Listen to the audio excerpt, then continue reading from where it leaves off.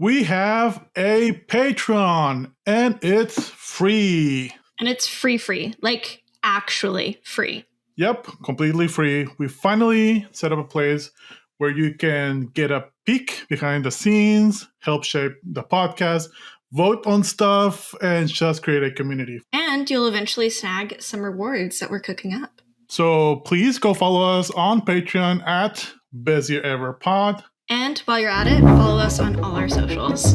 All right, let's start the show. Welcome to Best Year Ever, a movie podcast where each week, one movie at a time, we'll attempt to answer this very important question. Was 1984 the best year ever for movies? I am your host, Jesús Gonzalez, and with me is the goofy, the misunderstood, and the tragically talented Casey Glenn. Oh my God, I'm flattered. Hi, Jesus. Am I wrong? No. Oh man, I'm so excited about this movie. I'm very nervous, Casey. I am very nervous. I usually see your Letterboxd review beforehand. I didn't. I don't want to. First of all, what movie are we watching? We are watching 1984 Amadeus. Amadeus. It's a bad sign that you have to think about the name of the movie. I really had to think about the year. Oh, okay. I used to watch this movie over and over and over when I was a child. When I was 6 to 7, probably, I think honestly the last time I saw this movie was before my 10th birthday. I don't think I saw this as a teenager. And did you not see it in your 20s or your 30s? No. Wow. And it was such an emotional punch to the gut when I saw it yesterday. I saw this movie yesterday that I cried so many times. I remember why I love this movie. It's my number 3 now of my top 5 movies. Now it's Fifth Element, Scott Pilgrim, and Amadeus. Scott Pilgrim or A Knight's Tale. That depends on the mood.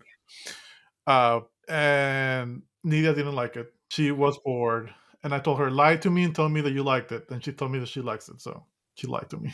Shocked that your younger self could withstand the length of this movie. And here's the other thing. So because it's one of those things that a lot of memories flooded when I started watching it, and when I remember the movie. One of the things that I wanted to tell you is when I watched this movie as a child, you don't understand time. You don't know how time flows. Mm-hmm. I really wanted to meet Salieri as a kid. Because I saw him old in the movie and like, oh, he's old. He's probably still alive, right? And I wanted to meet him to ask him about Mozart. So what a jerk. Right? But I was in a orchestra when I was a kid from ages probably 8 or 7 to like 14. And I think that's why my mom wanted me to watch this movie. And I remember a lot of things that I thought I knew about this movie, but now I realize it's based on what my mom told me about this movie, or because you're a kid, there's things that I didn't understand, and my mom would try to explain it to me. So I had a lot of misconceptions, and I'll get to those. But it was truly a joy for me to rewatch this movie again. So I'm really glad that we watched it. And before I ask you how you feel about this movie, I'm going to read your Letterboxd review first. Okay. So let's get to that. And I'm very scared, but let's do Letterboxd. Our very own Casey Glenn, you get 4 stars. Okay, all right. We're still friends. Sometimes your biggest hater is actually your number 1 fan. As you know, I am your number 1 fan. If you're my number 1 fan, then you are my biggest hater, you know? I am your Salieri to my Mozart. What? Okay, now I'm gonna ask you what I usually ask you before we go into Letterboxd. What do you feel? What do you think about this movie? How did it make you feel? First impressions. I really enjoyed it. I'm glad it made me forget that we are in 1984. 1984 has been an interesting start. Yes, it's been rough. Yeah, and I mean, I really enjoyed it. There was the first third of the movie was probably the most like sluggish for me. Yeah. But overall, really enjoyed it. I didn't have too much of an issue with the pacing. I thought the acting was spectacular. It kept me engaged for the most part. I was shocked. I was pleasantly surprised. I'm glad. And almost 3 hour long movie. Yes. We watched the theatrical cut. The director's cut is available, and I almost watched that one, but I wanted to watch this one because it's the one that I used to see as a kid. And for the directorial cut, adds like 20 or 30 minutes, so it's like closer to 3 hours, and the pacing suffers. And I think the theatrical cut is great for pacing. Yeah. The Yeah. editing was amazing. Yeah, no, I'm glad. I'm relieved. Good. This is one of those that kind of like Shawshank Redemption. You're either gonna hate it or love it. I'm not sure where you're at. I like this one better, the Shawshank Redemption. Like to me, this is. But I bring in a lot of sentimental Yeah. baggage with it and a lot of nostalgia. So I think that to me puts it a little bit further. But such a great. I really want you to watch a solid, great 1984 movie. Yeah. And this was Because we've it. been dabbling in mediocre, or not mediocre, but like middle of the ground type of movies that are loved because of nostalgia more than anything. Yeah. Even Gremlins. Gremlins is a great movie, but people that grew up with it will love it more than people that watch it now. Yeah. But let's see what other people think. And this movie has more 4 and 5 stars than any other movie other than Shawshank Redemption that we've seen. This I like. I really like this first one. 5 stars and a heart. Perfection. I don't understand why this movie isn't higher rated. What criticism could possibly be raised about this flawless masterpiece? Too many notes. This 4 star. Not naming this movie after Salieri is such a good joke. I fucking love Salieri. You know what's also really funny and also kind of sad? If you type Mozart in Spotify, you'll get Mozart, and then you'll get a bunch of best of Mozart and Amadeus and Mozart remix, blah blah blah, like a bunch of Mozart. If you type in Salieri, the one after Salieri, it'll be Mozart, Mozart, Mozart. Oof. Oh man, I feel bad. This 4 stars and a half with a heart. A retelling of Squidward and SpongeBob's relationship throughout the contemptuous maelstrom of music. And there are a bunch of reviews with SpongeBob and Squidward, and I can now not see Salieri as Squidward anymore. Mm-hmm. The laugh, like, yeah, no, exactly. That was SpongeBob. I why isn't there a Amadeus SpongeBob parody? I'm shocked. I I feel am like, too. yeah, it's a missed opportunity. This 4 star and a half. I knew Mozart was in Aquarius the exact moment his goofy, annoying ass walked into the room. There's a bunch of them, really good ones, but I'll end with this one. 5 stars and a heart. Mozart was good, but he's no Ryan Gosling in La La Land. That one was really good. I do have one more to add because this one is stuck in my head. Fellas, is it gay to think a guy is so cool that you get really angry and denounce God? It took so little for Salieri to denounce God. Oh my god, he flipped like that. It was crazy. And then he like burned the crucifix, and I was like, you are asking for this. Like, what the hell? And honestly, I get it. Sometimes, and it wasn't that he stole his girl and he wasn't his girl. It's just he just was annoyed by the laugh. I loved it, but the creature. Anyway, let's do background.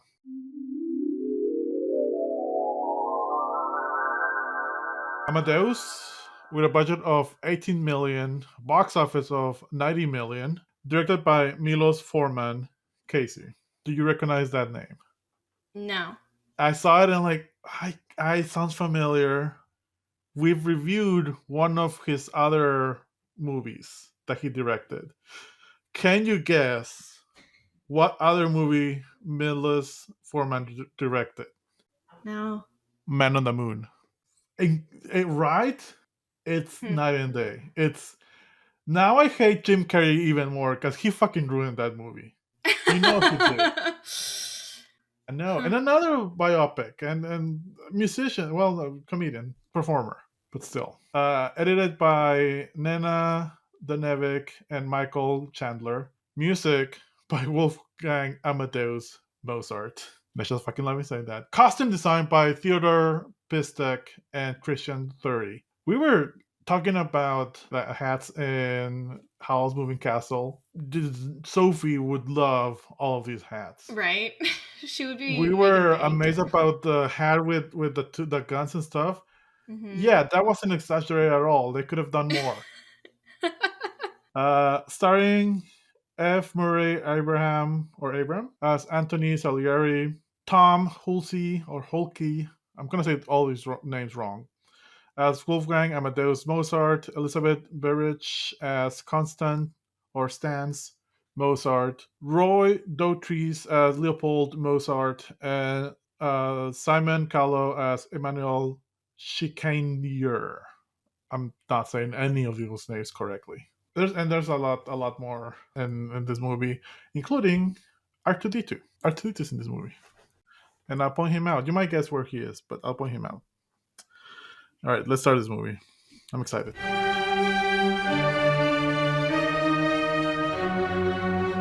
We start with Symphony Number 25 in G minor. Okay, we're in it. We are in it. I fucking loved that Amadeus is a Mozart opera, and it's scored so well. We kind of started at the end. I think it's 1891 or something like that. But we start with old ass Salieri. We actually start with two of Salieri's servants, and these are definitely R2D2 and C3PO. This is not the R2D2 I was referring to, but immediately we're like, oh yeah, Star Wars. You would think that there would be more in this movie, especially the tall, lanky, weird-looking guy. He was like everywhere in the 80s and 90s. He was like a character actor, a face that you saw. He was in Ghost and a bunch of movies. But they hear a clang and they hear some thud, and Salieri's giant mansion. This guy is fucking rich. They're trying to get him to get out of his room with some pastries. He's not responding. They knock down the door. This is when you knock down the door, Casey. When there's no response. And Salieri has slit his wrist or his neck, right? His neck. Yeah. How in the 1800s did he not die of infection or anything? It's a miracle. Also, being super old. Stronger immune systems back then. It's just bitterness and hatred. Yeah, truly. Because he's yelling, "I killed him. It was my fault." He's feeling guilty. I don't think he was feeling that guilty. I just think he wanted to tell someone. Yeah. And he's rushed to the hospital. We get the credits. Again, symphony is all you can hear.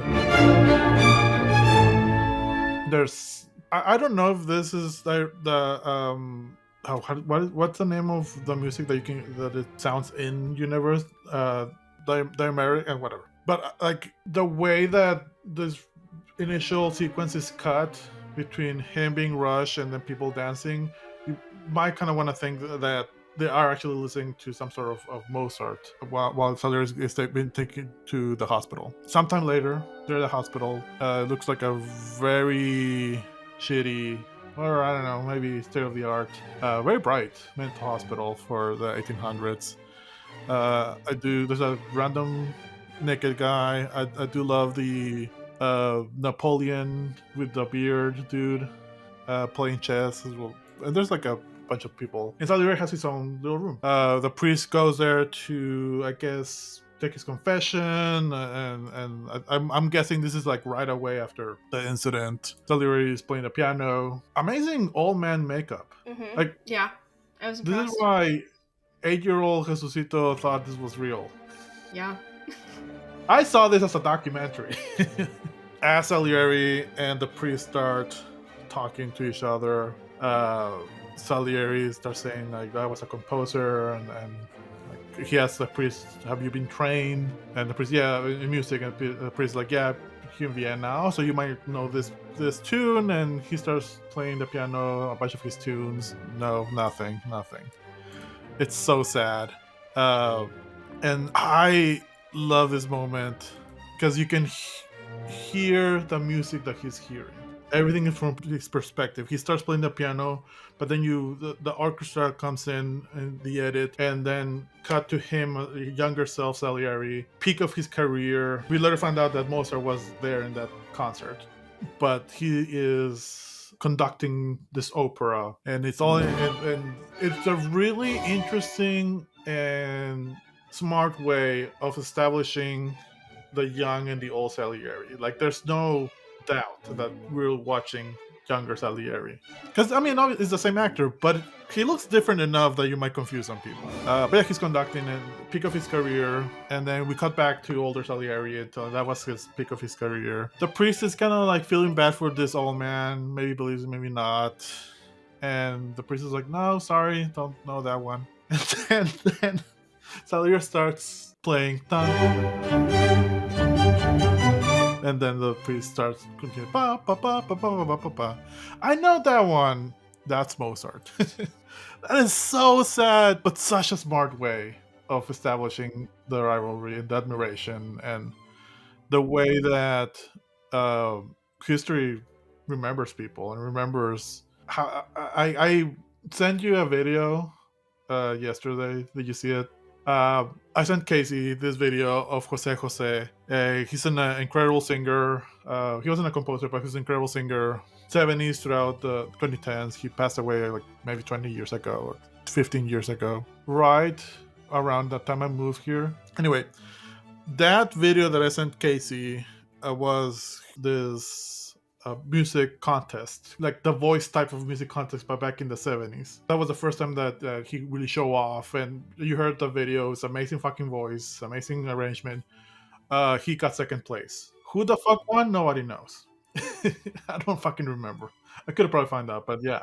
And I wanted to show you the video because this is kind of what this relationship is with Salieri and Mozart. Nobody remembers Salieri. Everyone remembers Mozart, but at the time, Salieri was the person to know. He was the emperor's conductor. Mozart was his protege, but he died middle class, and he wasn't really Mozart, which is something I didn't realize until I watched this movie. I always thought that Mozart was like upper crust kind of aristocracy type of person, but no, he really wasn't. So Salieri is telling his kind of a really quick background of him and Mozart as a little baby 6-year-old, blindfolded, playing the piano for the Pope. We do find out that the Emperor of Austria was there too. While that's happening, Salieri is a kid, and he's just being a kid. He's being like a normal kid. Salieri, like, it's really an amazing story for Salieri because he grew up poor and became the Emperor's conductor. Mozart had all of the talent, and he had the connections. Like, he was playing for the Emperor or for the Pope at 6 years old, and he still didn't live the same way Salieri did. So we're kind of back and forth, and Salieri is telling his background. He wanted to be a musician. His dad didn't really like music. He was like a waste of time. Salieri prayed to God for a miracle, and that very day, or that's what we led to believe, his dad dies, and that allows Salieri to pursue his music career. Hard cut to him being a grown-up and being the Emperor's conductor. I don't like this actor. This is a bad actor. The person who plays the Emperor. He did bad thing. The guy from Ferris Bueller's Day Off? That's so fucked. Oh, yeah, don't look it up, but it's bad. I don't think he's in jail. He might be in jail, but there's a reason he's not doing anything now. But well, also nobody, like, the only person that has, like, I've seen in recent stuff is I know F. Abraham Murray, or whatever the long name is, and I'm like, where is everybody else? Why aren't y'all in stuff? Where are you? Yeah, F. Murray Abraham. Yeah, I like that is the only actor who, like, I recognize today. No, sorry. I was talking about Jeffrey Jones, the actor who plays the Emperor. Yeah, but like you're saying like that's why you don't see him and stuff, and I'm like, you don't see anybody else and stuff anymore. Like this is like my very first movie with the majority of these actors. You've seen Laurel. Who's that? The girl, the servant that spies on Mozart. The Salieri. Oh yeah, Sex in the City. Yeah, she's in that. It's unrecognizable. 18-year-old. I immediately clocked her. I was like, oh, hey girl. Simon Callow, who plays Emmanuel Shishkinar. I don't know how to say his last name. The actor friend at the end that hires him. I've seen him in things too. Okay. I want to get to when Salieri meets Mozart because I want to talk about the actor, and I have like a thought. We're cutting a little bit back and forth between old Salieri telling this to the priest and what's happening, and then we cut to the moment that Salieri meets Amadeus. So they're in this event party for the Pope.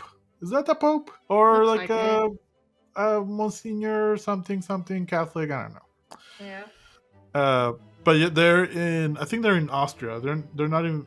Yeah, are they in Vienna? I think they're in Vienna right now. So in Vienna, wigs everywhere, hats everywhere. That's why I want to mention the costume department because this is just one of the best things I've ever seen in my life. I want to bring capes back. I really do. I want to dress like Salieri in this movie.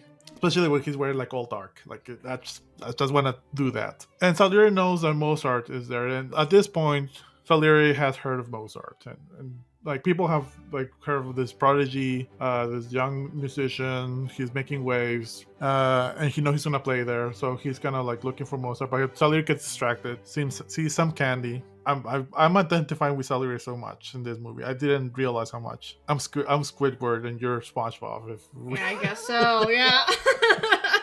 He sees candy. He goes and steals a little bit for himself, and then he gets scared by Constance Stancy and Mozart. He doesn't know that's Mozart. He just sees this young, obnoxious couple, flirty playing.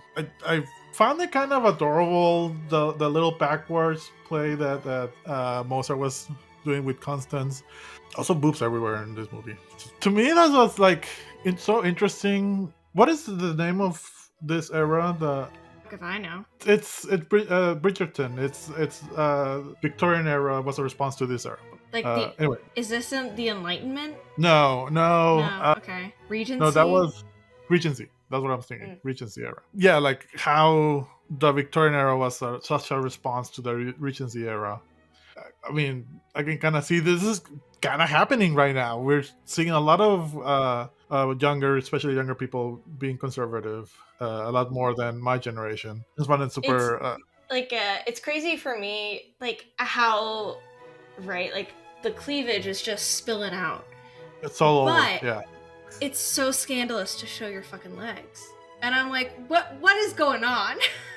Well, was it because I think that's Victorian era. No, because in this movie, she shows her legs, and then that's when Mozart's dad is like, "Who the fuck did you marry?" Oh, I thought it was just because she was in bed still, but no, this was like at the party that all three of them were at. Okay. Scandalous, yeah. You don't show legs. So Mozart and Constance are play flirting. And awkwardly, Salieri is in the background hiding. The fact that nobody discovered him, yeah. I was just like, okay, he got away with it. That's crazy. They're in the moment. They're into each other. Yeah. In the party, they're trying to find Mozart, and they start playing without him. And Mozart's like, they're playing my music. And he rushes.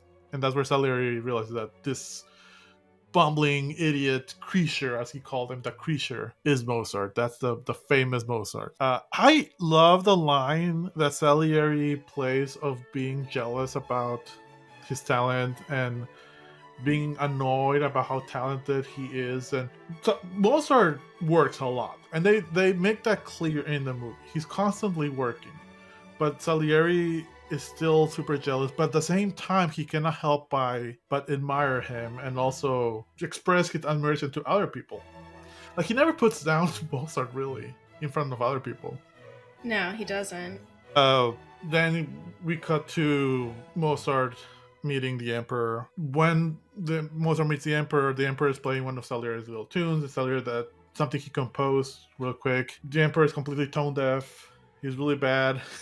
Salieri is trying his best. I like the character of the Emperor. He's so out of touch, and he's just clueless. He's not an idiot. He's just like out of touch, and I like how he was played. That's the first and only compliment you'll hear me say about this character. But he's doing his best, and the Emperor is like, "Let's bring Mozart in while I'm playing Salieri's piece."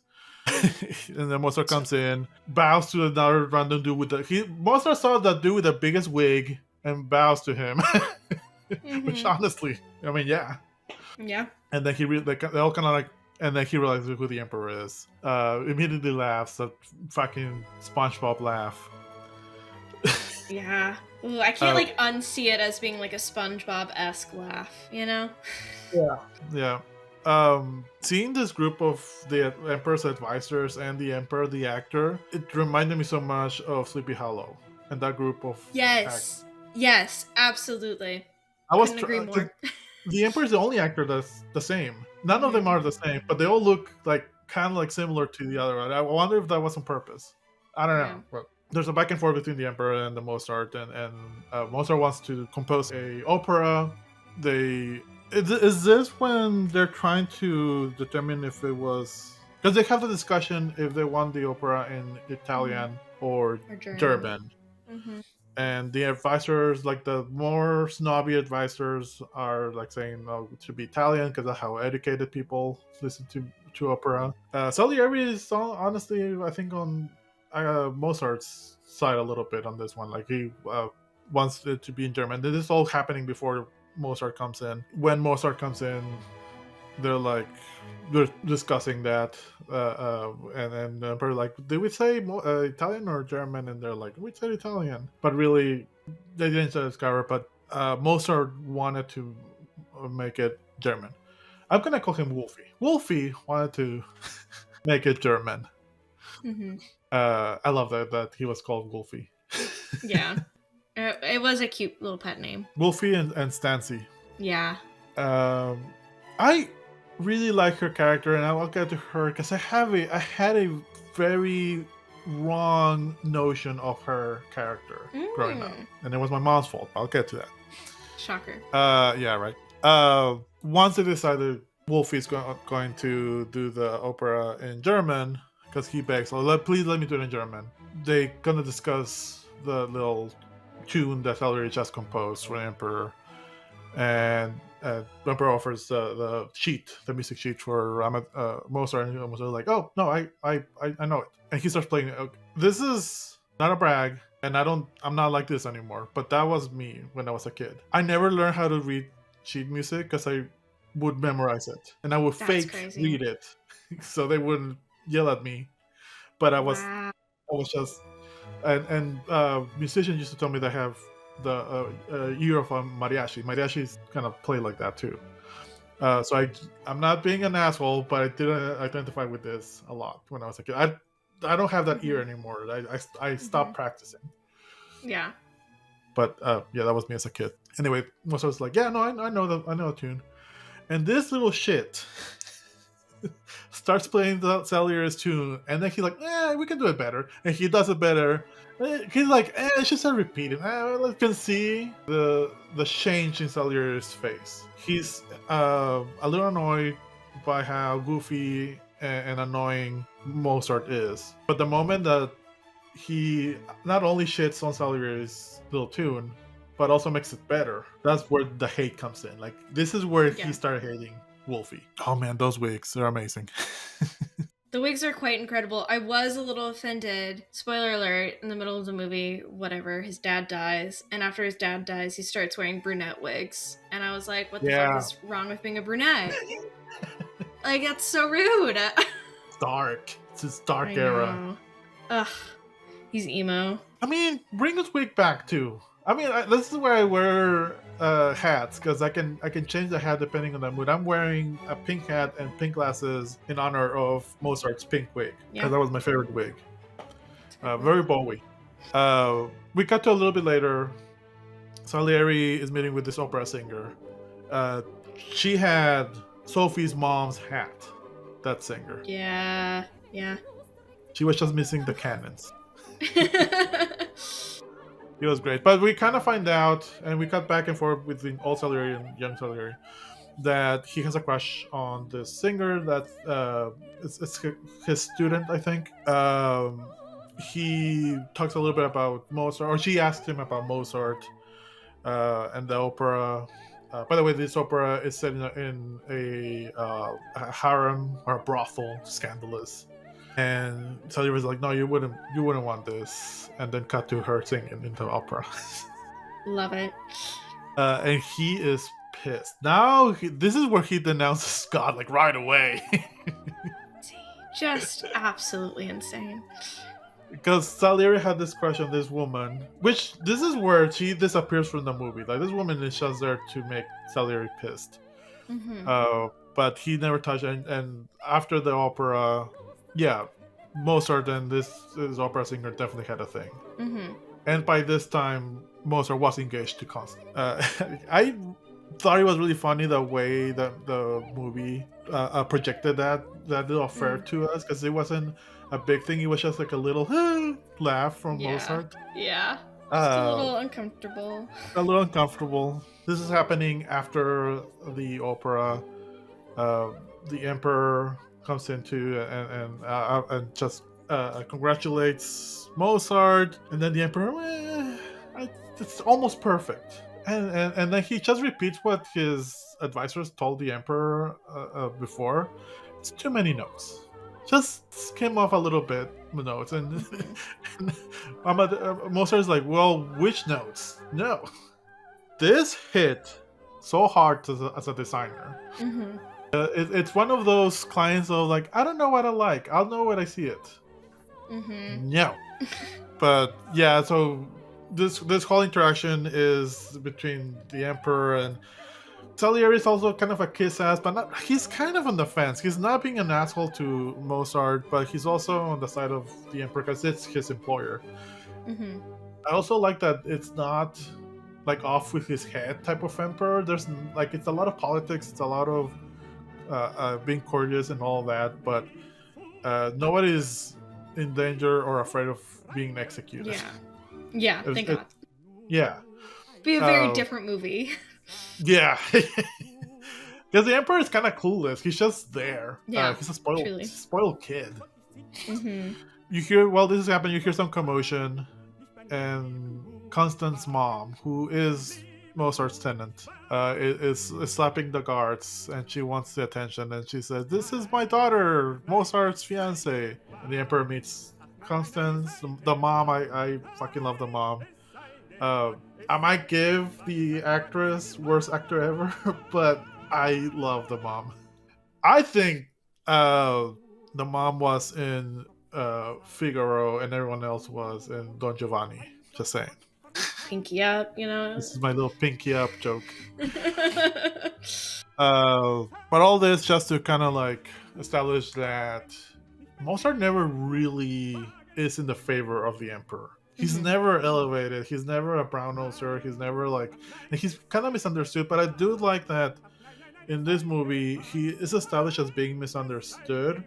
But it's not like, oh, like nobody knew how good he was. Like people knew how good he was. He was just an annoying fuck, and he was an annoying fuck. But through all of this is when Salieri denounces God, throws the crucifix to the fireplace, and he's on a mission to revenge against God. And I guess why, Salieri's point of view, why did you give me this passion for music and this passion to serve you through music if this little shit is the better musician in all ways and manners? But Salieri is living a very comfortable life. He's very rich. He has the favor of the emperor. He's spoiled, and he still has that little Mozart splinter on the side of his. Like he just cannot let that go. No, I think, you know, at the end of the day, he was just really upset that his crush was engaged and also slept with somebody else, you know? I think he was upset that he then got a crush on Mozart and he didn't know how to deal with it. Well, that's exactly what I'm saying. He saw the Okay. two women going after Mozart, and he was like, "I want Mozart." What? Then we got to the dad begging. That's not the Pope, but it's some sort of higher up in the church. They say it, but I just didn't remember. Uh, Leopold is trying to get Mozart to come back to Salisbury. He writes to Mozart. He's like, kind of controlling the dad. I can relate, but not with the dad, with the mom, as I have discussed at length in this podcast. But he's trying to get Mozart to come back with him, or him go to Mozart and kind of control his life a little bit more. And honestly, Mozart kind of needs it a little bit because he's not that good at money or anything. I think the wife really is trying. I felt super bad for her. Like she was trying to be on Mozart's side and support him, but also like kick him in the butt. Leopold writes to Mozart, "Don't get married until I'm there," because he hadn't married Constance because he hadn't had the dad's not consent, Like blessing. blessing, yeah, consent also. And the emperor was like, "Yeah, how old are you? 26. Yeah, just marry her." What are you doing, Casey? What does it feel that in the 1800s Mozart married way later than you married? So nuts. I was shocked. Because But he was also like very much portraying like a 19-year-old to me. Yeah, Like you could have told me he was like 19, I would have been like, yeah, for sure. but I think it was on purpose that he was kind of on the older side, kind of. He's still very young, but he's super immature. I think that the wife is supposed to be around 19 or 20, maybe a little bit younger. The actress I think, was like 21. Oh, the actor that plays Mozart, Tom Hulke or Hulsey. I don't know how to say his last name, but Tom. He gave me such a Mark Hamill vibe that I feel like they could have swapped. And Mark Hamill could have done a really good Amadeus, and Tom could have done a really good Luke Skywalker. Alternate universe, their careers could have been swapped. Because can you imagine the Joker's laugh in Amadeus? Yeah, that could have popped off. He gave me a lot, very yeah, Mark Hamill. It was the same type of person back then, and you see both of them now. They kind of look alike, also.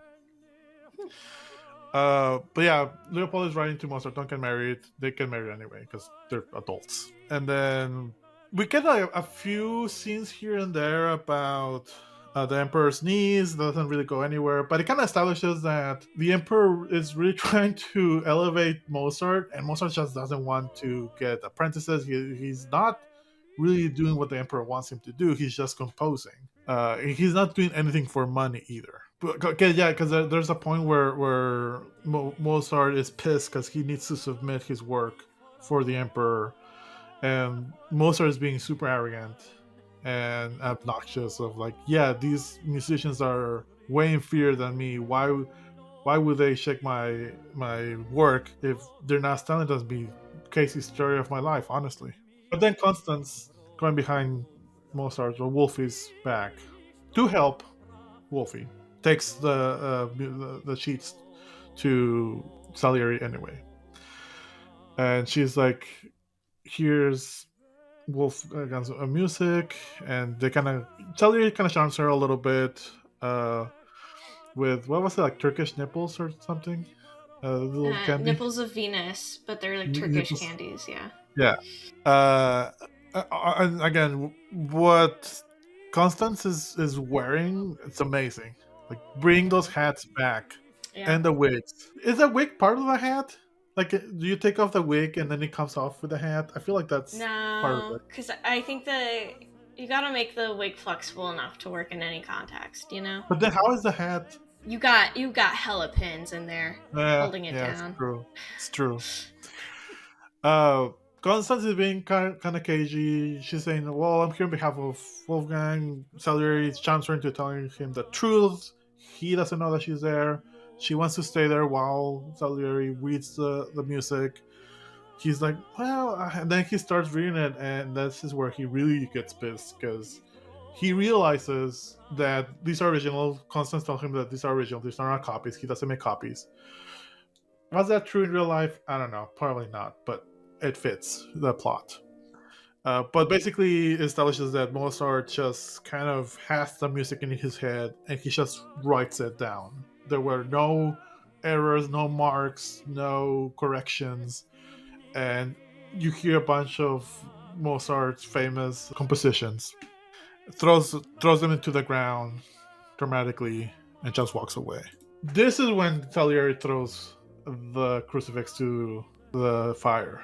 Yeah. I thought it was with the girl, but this is when that happens. And I got confused because it kind of is both reason. It is kind of like because of the crush, but also is this jealousy. So yeah, this is when Salieri is on the path to bring down Mozart and revenge against God and all that. I don't think he really did much to for the revenge and for the downfall of Mozart. I think he brought his own downfall. Yeah, pretty much. Yeah, and actually Salieri kind of helped him sometimes. Yep. It was kind of crazy. I do want you to know, I don't know if you actually knew this, but Mark Hamill was like trying to go for this role, apparently, of Mozart. Yeah, right? It fits. Oh man, another world.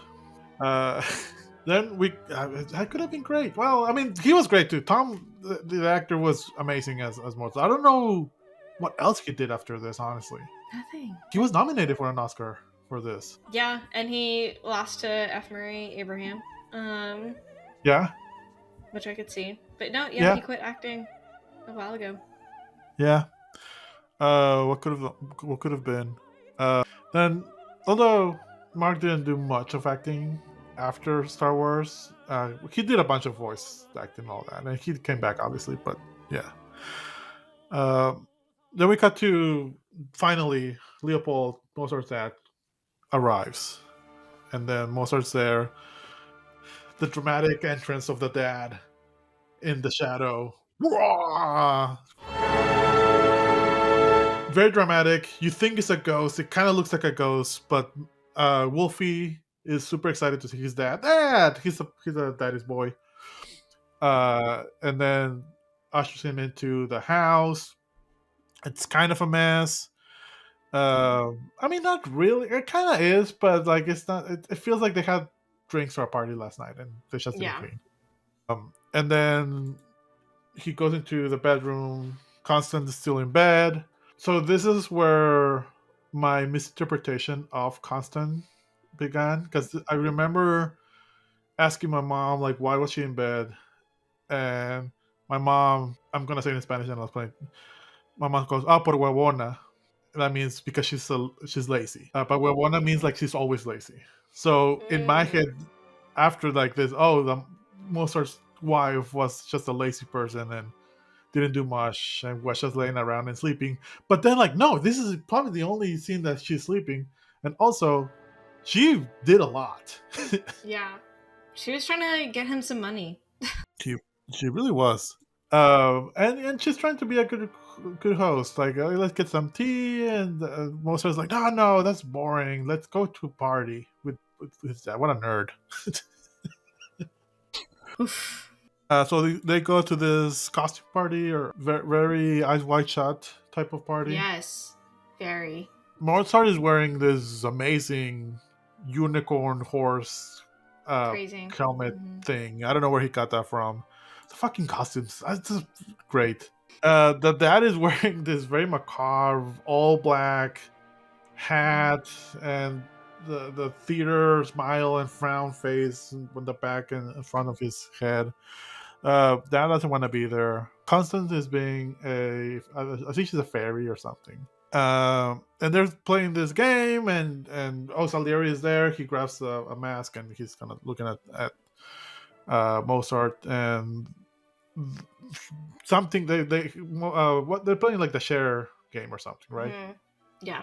Mozart loses, and he has to do something. There's a punishment involved, and he has to die. What's my punishment? I don't want to be here. He's being a poop.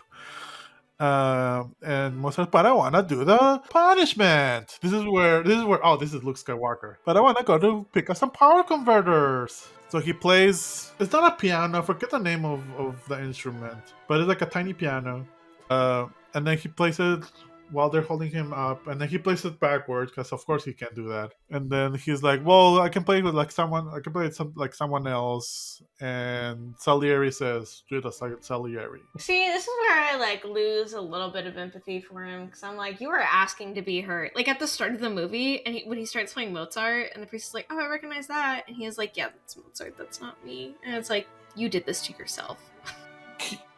I think you're never supposed to feel empathy for Salieri, but I felt it. I honestly felt bad for him. But he was his own downfall also. Yeah. Mozart then later on is composing. He has this little pool table that is not a pool table. I forget what it's called, but it doesn't have the holes. And the dad is throughout this whole thing. The dad is like, "How do you have money? Like, do you have poop pills? And do you have like do you give classes?" And Mozart's like, "No, I don't like doing that. Like, I just like to compose." And the dad is like, "That's not how you make money. There's no money in composing. There's no money in opera. Like, this one will have money, whatever."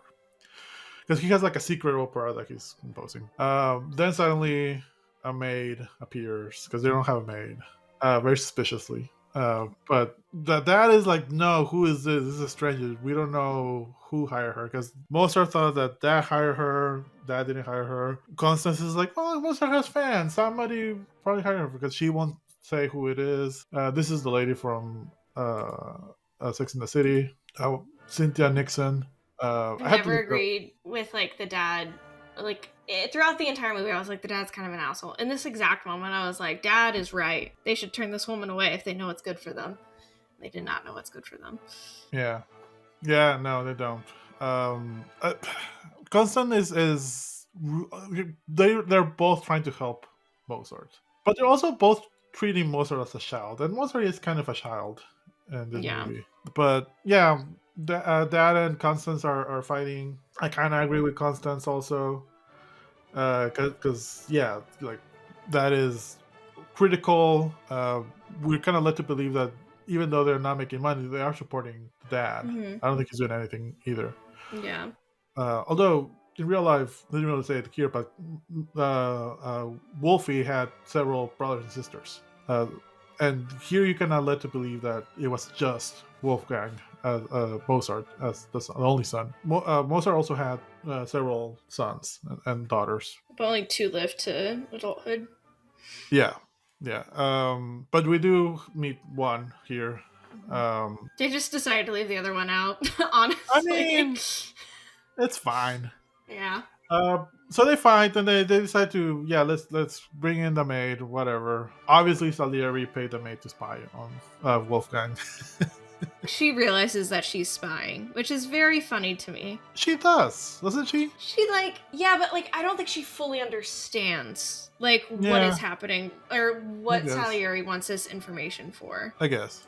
Yeah, I guess. But I mean, I don't know. She's poor. This guy offers her probably a lot of money. I don't think she cares. Yeah, she was kind of annoying. So innocent. She was kind of annoying. She annoyed me. This is gonna be my worst actor ever. Like, she annoyed me. You said this. This is the third time you've said this. It's between her and Constance's mom. I'm still undecided. Worst actor ever amongst a lot of great actors. I had a hard time of deciding who's gonna be my good. They did annoy me to the point of, oh, they're bad at acting. No, I'm just trying to decide of the least great actors of all. I think there's somebody in this movie that is actually really bad at acting. Well, was it the one of the old dudes with the weird Russian accent? Or French? Yeah, not that guy. No. I was okay with them. Anyway, Mozart is in this concert, this fancy garden, guessing for the emperor, probably playing the piano and all that. While that's happening, Salieri is in Mozart's house. The maid lets him in because, of course, that's what she's for. Salieri kind of goes through belongings, and to her credit, she doesn't steal from Mozart because she's like, I think this is how they have money. They've been selling stuff.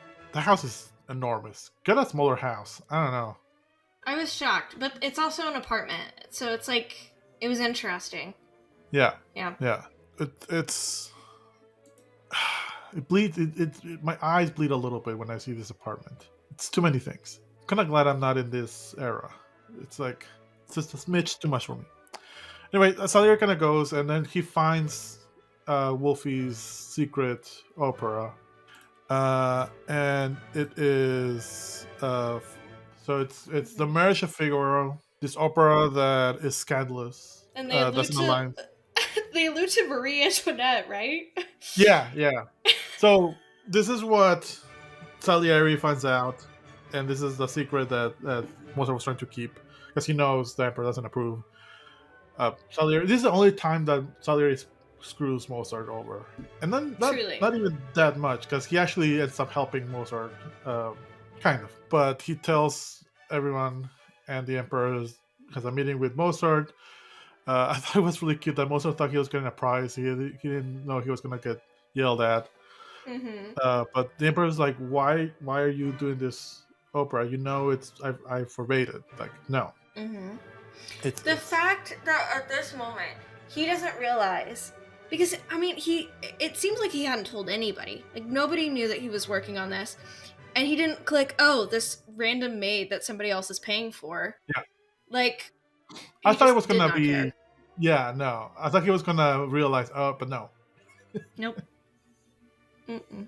But he's trying to convince the emperor, and I have written here several times he's bad at pitching. No, I mean, but it was also very on the spot. Because I fully believe... That's the only time that he tries to pitch something and it's not great. Yeah. he nervous laughs. Yeah. But somehow he's charming. He is charming. Mm-hmm. And he does charm the emperor. Mozart's like, no. Because the emperor is worried about his cousin, Marie Antoinette. And that in France there's a lot of turmoil, and the Marriage of Figaro is a lot about the upper class and lower class and the conflict there, and we don't want to. It's very political, and I mean, this kind of resonated right now. Oh my god, and it resonates so much that when Mozart was like, "I don't care about politics," I was like, I know. "Fuck you." I was like, "Calm down." This was a good thing back then, probably. I don't know. I mean, she did get her hair chopped off or something. Something happened. Yeah. But yeah, and Mozart's trying to play it. Yeah, like he's saying, it's not politics. He's trying to play it down. This is funny, and he's like, "Let me just do the first act, and let me convince you." He starts playing it, and then we cut to him rehearsing. So Emperor actually got charmed enough for them rehearse the opera. There's some back and forth in the opera. And in the rehearsal, there's people dancing in the background, and apparently the emperor doesn't like ballet in his operas. But it's funny because it isn't the dance form ballet that he doesn't like. He doesn't like the music style of ballet or whatever, which was very confusing to me until we got to the part later on. Same. Because the advisors, the snooty advisors, and Salieri are obviously against this, and they're like, "What are we gonna do about Mozart?" And Salieri was like, "Don't worry about it. He'll be his downfall."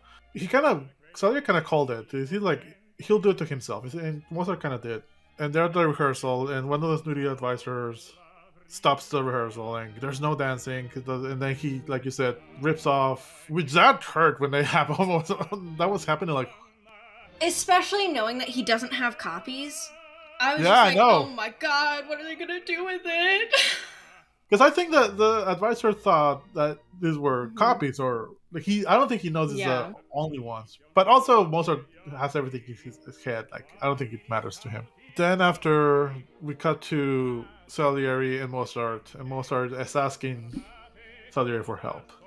I felt so bad for Mozart. And Salieri was like, "Don't worry, I'll talk to the emperor. This guy, I will go above him. Don't worry about it. He doesn't do that. We briefly cut to older Salieri saying, I wasn't going to do that anyway. Huge for Mozart.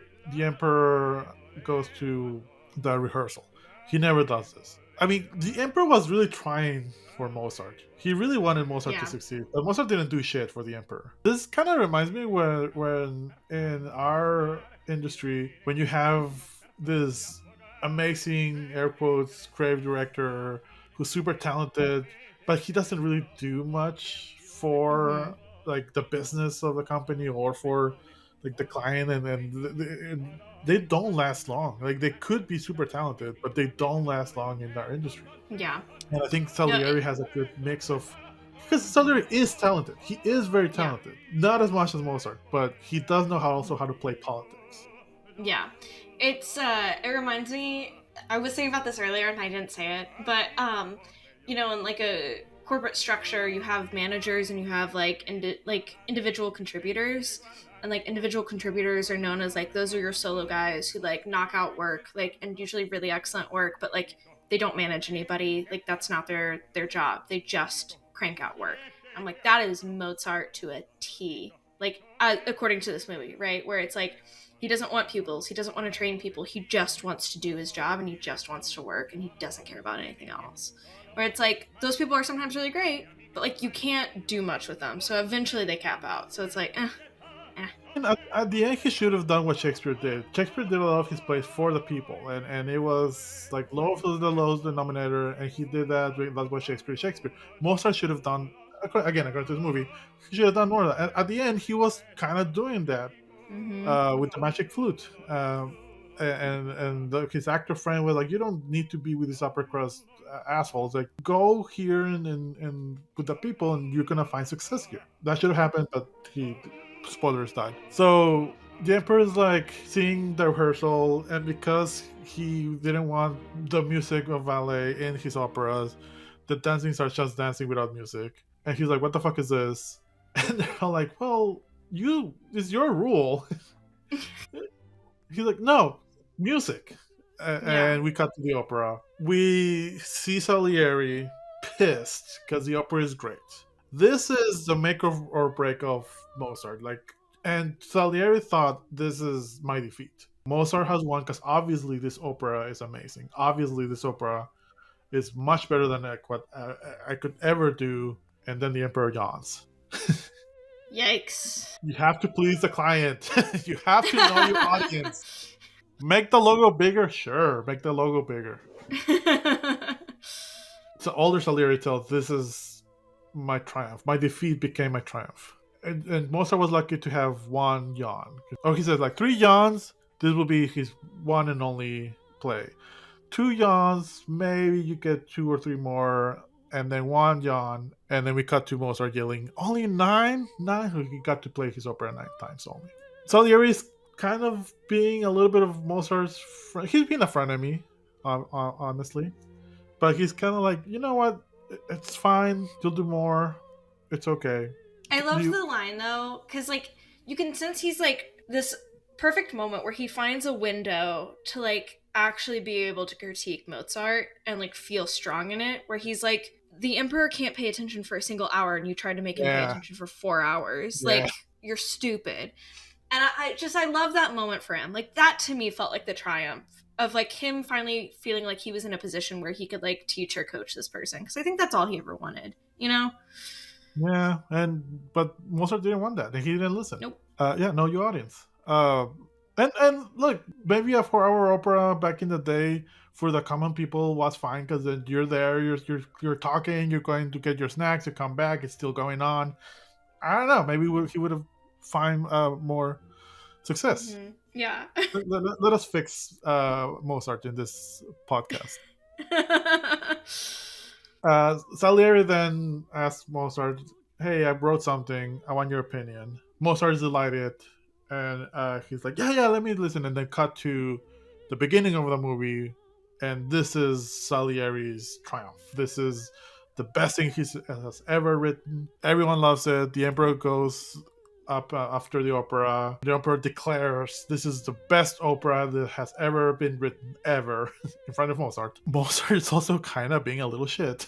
Mm-hmm. Because Salieri was like, "What do you think? Do you like it?" And Mozart is like, "I never knew music like this was not possible." God, when he said that. But you know what? Salieri, like, he was just so. He still took it as a compliment, you know? He did. He did. Mozart in his pink wig, by the way. So yeah, Mozart's being a little shit. He can't help it. He gets home with some girls and a friend. Yeah, we're meant to believe that he cheated on constantly. Yeah. Constantly. And I don't think she cared or Yeah. I don't know. But she loved him way too much. They're back home. Constance is with the baby and some very serious man. Mozart cannot read the room. He's drunk. He's happy. I think he's happy that he knows Salieri can't ever compose as good as him. Yeah, for sure. And then Constance tells Wolfie, "Your father is dead." Then we got to the brunette wig. God, that hurt me. That hurt me so much. Dark era. Casey, this is where I cried. The Don Giovanni opera, that was like, holy fuck, I'm feeling things. I'm feeling feelings. I also love how this opera became a comedy later on, and Wolfie loved it. Oh no, he loved it. He was a good sport. But yeah, you can see Wolfgang Amadeus Mozart in his emo era. Yeah. Yeah, his wig should have been like a black, purple black, and have like a little swoosh. Yeah, with like side bangs. Yeah, covering one eye. Missed opportunity. The general costume was so good. It did remind me so much of the Looney Tunes and Bugs Bunny. Goes right over my head. But yeah, like it's very dark. It's almost like a horror movie. The audience doesn't know what to do with it. They're just kind of clapping politely. Salieri goes to all of Mozart's plays, all of them. This only plays 5 times, and I feel like after the Yawn and after Salieri's triumphant opera, Mozart didn't do much for the Emperor anymore because we don't see him after this. Yeah, this is definitely that decline. But Salieri is kind of feeling all this, and as he's feeling, I'm feeling it too, and I'm crying. Then this is where Salieri has his evil plan. He wants to kill Mozart. He decides he wants to kill Mozart. So dramatic. This actually happened in real life. Yeah, I believe it. The Requiem of Mozart was commissioned by someone, not Salieri, but someone who wanted to steal it for themselves. They didn't, but this kind of actually happened. Not as dramatic, because Salieri hires someone. It's not him, it's someone else. And he dresses up like his dad in the costume. I remember as a kid, this was very scary. I thought it was Salieri every time that he shows up. I don't think... maybe, but I thought it was kind of so. like... I thought it was kind of like someone else. No, it was definitely... He had the same eyes. Okay. It was... Alright. I always thought it was someone else, but yeah. But anyway, Salieri's dressed in his dad's Halloween or that party costume, all black. Now, before the dad had like the smiley face up front, now he has the frowny face. He goes up, Mozart is drunk, and then he commissions Requiem for a funeral mass. Salieri's plan is that he's gonna make Mozart compose his own Requiem for his own funeral, kill Mozart somehow, and take the credit for the Requiem. I'm getting sentimental, honestly. I was just listening to the music in my head, and like, oof. It's such a great acting by Tom, by Wolfie here. Like he's scared, but also like, he knows it's not his dad, but maybe it's his dad. Mozart at this point is in such a state that fantasy and reality are kind of blurring in his mind. I kind of like that they never depict him as going crazy or like going over the top. Like he's a drunk. He'd been taking a lot of drugs, bloodletting. They said that he died by bloodletting, like the old medical practices of back then. Actually is what killed him. Yeah, because he was sick with strep. So like it's like on paper he died from strep, which is like very funny like now because it's so easy to like treat and cure, but it's like strep on top of like probably alcoholism, and he had like edema, and then let's just add some bloodletting on top of that, and it is just Going somebody was outside out and to get him. Yeah. drinking like all night. Yeah. Mm-hmm. Then we cut to older Salieri and like he's saying, "But then how do you kill a man?" Like, he says it very sheepishly, very like how do you kill a man? Like it's not as easy as you think. It's like, And you don't even then do it either. and then we cut to again Don Giovanni, but the comedy version of Don Giovanni, and it's we find out Mozart's there, with his kid, and Mozart is looking. He's having a good time. It's his play that he wrote for his dad, that was like grieving, but he sees that the public is enjoying it. The actors are having a great time. It's a really funny play. There's a horse, and the horse sticks things out of his butt. It's really funny. His actor friend, who's one of the actors, is his friend, goes up to him and like, "This is your play." And he's like, "No, it's great." And the answer's like, "You should write for this. Forget all the aristocrats. Forget all the stuffy upper crust. You belong here. This is for you." And like I said, he should have been Shakespeare. Like, he should have done this for the people. People forget that Shakespeare was not an aristocrat. He wasn't doing this for they didn't like his plays. And Mozart is kind of convinced. He's like, yeah, I think so. He's not looking great at this point. He's looking kind of rough. But he is convinced enough. Constant is not so convinced. She's like, "Cool, you're gonna pay us half of the entrance, but what's the upfront? Like, you need to pay us now." Yeah. She's correct. But to the friend's credit, he does end up paying Mozart half. Yeah. Although he doesn't know that. That was something shitty that Salieri did. So this is kind of where is really Mozart's downfall. He's drinking a lot. He's struggling with the requiem. He's also trying to compose for the friend.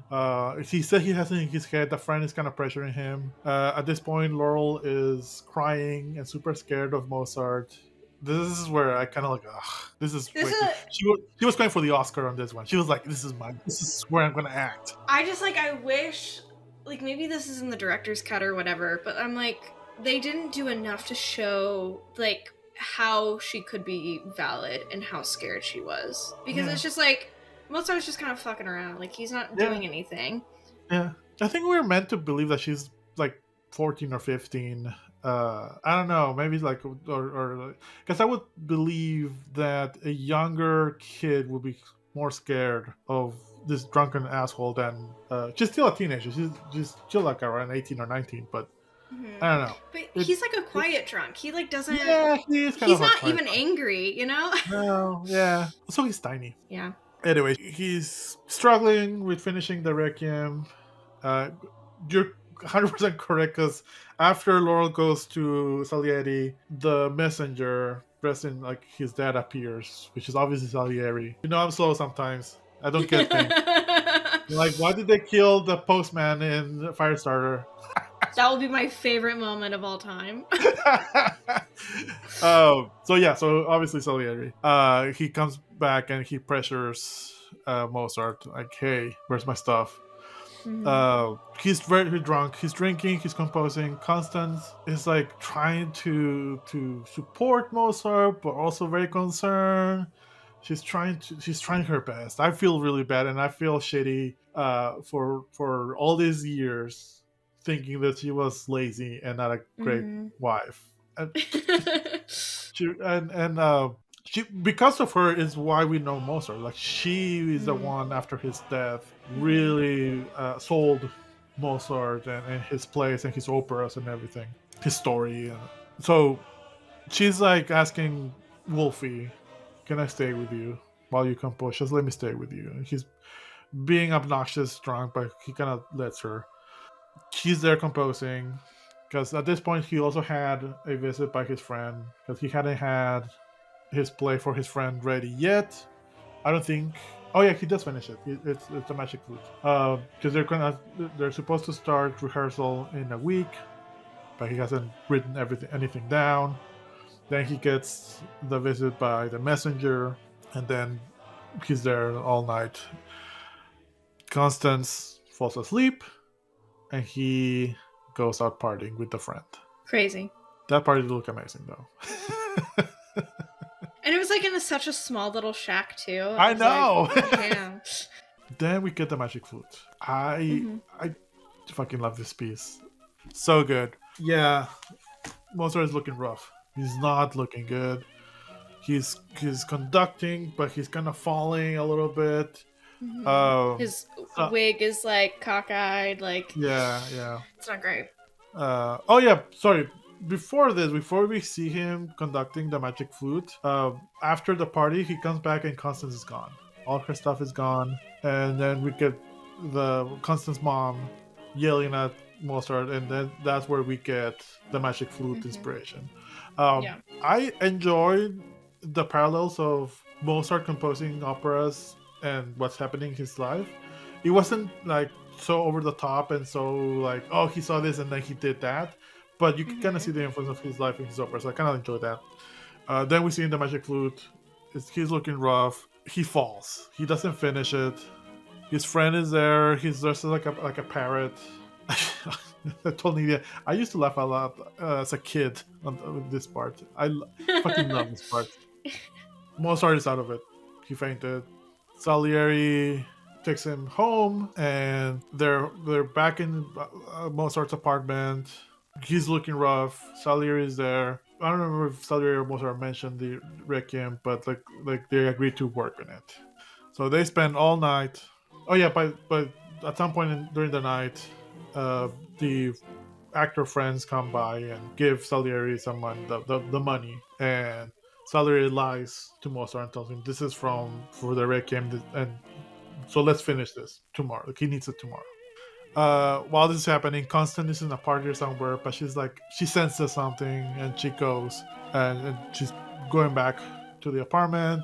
There's a cut back and forth of you hear the music that they're composing, you start hearing the requiem, you see the carriage that's taking Constance back home. There's a ticking clock. Something's gonna happen. You kind of get the sense that Mozart's dying this night. It was still shocking how he died. I fucking love the scene of Salieri and Mozart composing the requiem, and Mozart getting a little frustrated because he's like, Can you not hear it? Come on, go faster. And Salieri's trying to catch up. And then Salieri gets excited. Oh, I hear it. And then Keith gets excited. That should have been a romance. I know. Thank you. Would you wear a white wig or a brunette wig? Would you wear this era? I would absolutely wear a white wig. I'll say it. I would rock that pink wig. I don't know if that's accurate for the period, but I would rock it. Mozart's there. He's kind of out of it. Constance calls or yells at Salieri, "What are you doing?" She knows. She grabs Gretchen before Salieri can run away with it. She shoves it in and locks it. The kid is playing, wakes up Mozart. Then we cut back to Constance and Salieri yelling. Cut back to Mozart, and he's. Oof. That was shocking. It was so effective. Yeah. And then we hear the requiem. It's raining. Like in every funeral, in every movie, it's raining always. Yeah. Everyone's in black. Everyone's dressed amazing. They have the coffin with the bottom open. Amazing. Fantastic. We love it. Honestly, I feel like that should be a standard right now. I don't want to be buried in my own little place. Just throw me somewhere. It's fine. Or cremate me, whatever. I did look that up a little bit because I was like, why was Mozart thrown in a mass grave? It's a common grave, which is different from a mass grave. And it was common practice of middle class. And they had like a modest funeral. They would take them away and put him in a grave with other people. This was meant for sanitary reasons, and it was like a health thing. Why did they have more precaution about this type of health rather than bloodletting? I don't know, but that was crazy. Yep. Cut back to all Salieri as Mozart is being thrown in this common grave. The poor priest is crying. I thought it was really funny there. He was like, "Oh God," and Salieri is delighted, and he says, "I'm the saint of the mediocre." But Salieri had a good time. He had a great time. And yeah, he goes to the hallway and he's blessing all of the people there. There's a naked dude. There's a dude chain on the neck to the wall. The movie ends. Fucking There you amazing. And I cried again.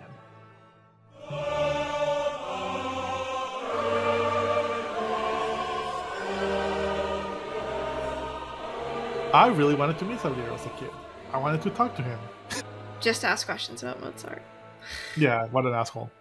How are you feeling, Casey? I feel great. I feel good. You gotta go. So let's do awards. Perfect. Got 3 awards: best actor ever, worst actor ever, best scene ever. Casey, best actor ever. The guy that played Mozart, Tom Tom Halsey. Halsey. Yeah, I'm gonna give it to him too. I'm very tempted to go to Murray Abraham, but he won the Oscar, so yes, Yeah, gonna get he got award. he got enough. Yeah, Did he you gets know enough. apparently whenever he accepted his award, he was like, the only thing missing is to have Tom next to me, and I'm like, that is a romance. I saw What are y'all that. doing? I know. Where's my Mozart 2? Straight up. Where's the rom-com sequel of Mozart? Ugh, please. Oh man, it should have been an in-between, and we see the romance. Let's write that. Yes. Yeah, I think Tom was amazing. That laugh was great. I also gave it to him partly because he reminds me of Mark Hamill. And I kind of like, you know what? It's that same vibe. Fucking love Mark Hamill. He's getting a little bit of over Murray Abraham just because of that. It's good. Worst actor ever. I'm very curious to see who it is. The priest. The priest looked like he was acting, and he really annoyed me. The guy from the beginning? Yes. Yeah. Huh. Yeah. He really only had like 2 or 3 emotions. And I was like, calm down. I can see that. I'm getting it to Cynthia Nixon. Okay. She wasn't horrible. Mm-hmm. The priest didn't bug me that much because he wasn't that much in the movie, so I'm like, whatever. But Cynthia, she just annoyed me in that scene when she was crying at the end. She was really trying for the Oscars. This is it's one of those things that like, oh, this is me acting. So like, it annoyed me a little bit. Best scene ever. The scene where they're writing together and he's transcribing. Yeah, same. So good. Yeah. That was the most romantic scene of the whole movie. It was romantic, and it was just like written very well, of like those moments when like you and somebody else, you're like in a flow state and you're bouncing off of each other, and it's like it's a very beautiful moment that they captured really well, I think. Yeah, and that's, creative. That happens rarely, and when it happens, it's amazing, and it is captured really well, like you said. Yeah, completely agree. So Casey, very important question, solely based on this movie: was 1984 the best year ever for movies? Yeah, I fucking knew it. Yes, for me also. Obviously, this is up there on my top 5 now. I'm really glad I got to watch it. Yeah. But let's see what we're gonna watch next week. I'm excited. We take the top 100 IMDb movies and we're gonna randomly select one. So let's see what we get. 95. Terror in the Aisles. Ooh, it's a horror movie. Fuck off. Ugh. Hell yeah. Oh, wait. Okay, so this is documentary. This is a compilation of horror movies from Psycho to The Shining. Like, it's just a bunch of movies. So it's not a movie. It's just like a compilation of horror stuff. I could be down. I think it would be fun. A speed run some horror movies for me. You know what? That's a good point. This is a speed run of horror movies. This is kind of a special, but not really. Yeah. But okay. I feel like this is a good introduction of highlight of horror movies for Casey. Yeah, I agree. This is for my education. This is an educational movie for Casey. Mm-hmm. It's hosted by someone. Donald Pleasance. Yeah, and Nancy Allen. This is gonna be a very educational movie for Casey. This is kind of out of what we usually do. There's not a plot, so it's gonna be an interesting episode. That'll be next week. Bye. Bye. Would you read fan fiction about Mozart and Salieri? Let us know by finding us at Best Year Ever Pod on Instagram and YouTube and leaving a comment. Or you can send us an email at bestyeareverpod@gmail.com. And while you're at it, give us a like, leave a rating, and go subscribe on all your preferred podcast listening platforms. And don't forget to check out our Patreon.